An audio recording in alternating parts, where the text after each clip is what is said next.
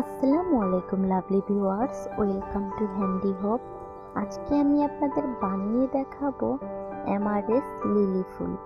আশা করি আপনাদের ফুলটি অনেক বেশি ভালো লাগবে। এই ফুলের নামটি যেমন আনকমন, ফুলটি দেখতেও কিন্তু অসাধারণ। নামটি কতই না সুন্দর।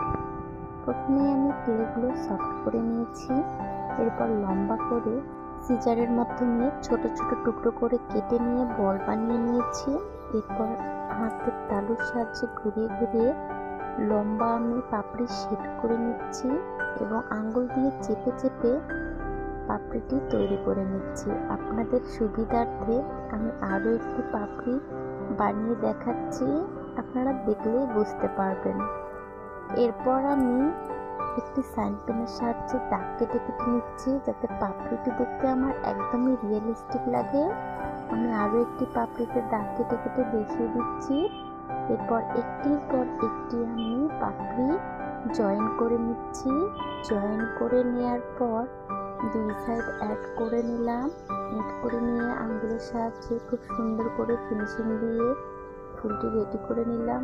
এরপর মাঝে একটু ইয়েলো কালার আছে, সেটি আমি বসিয়ে নিলাম। দেখেন, এরপর একটি কাঠের সাহায্যে সুন্দর করে ফিনিশিং করে নিচ্ছি, যাতে দেখতে রিয়েলিস্টিক লাগে।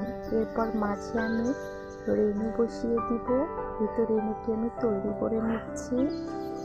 লাল রেনু, মাঝে একটু গোল গোল বলের মতো আছে রেনুতে, সেগুলো বসিয়ে নিলাম আমি। দেখেন কতটা সুন্দর লাগছে। এরপর ফুলের মাঝে আমি রেনুটি বসিয়ে দিলাম, কাঠি দিয়ে একটু চেপে চেপে নিলাম। এই ফুলটি একদমই রেডি। এরপর আমি ডাল তৈরি করে নিচ্ছি। কাঠিতে ক্লে বসিয়ে সুন্দর করে ফুলটি লাগিয়ে নিয়ে ঘুরিয়ে ঘুরিয়ে একদম ফুলটি ডালে বসিয়ে রেডি করে নিলাম। এরপর আমি পাতা তৈরি করে নিলাম। কি সুন্দর লাগছে পাতাটি। এরপর আমি একটি রেডি টব ছিল, সেই টবে ফুলগুলো একের পর এক লাগিয়ে নিলাম। দেখেন কতটা সুন্দর লাগছে। আপনাদের যদি ভালো লেগে থাকে অবশ্যই লাইক কমেন্ট শেয়ার করে পাশে থাকবেন। আমার কিন্তু বেশ দারুণ লেগেছে, মাশাআল্লাহ।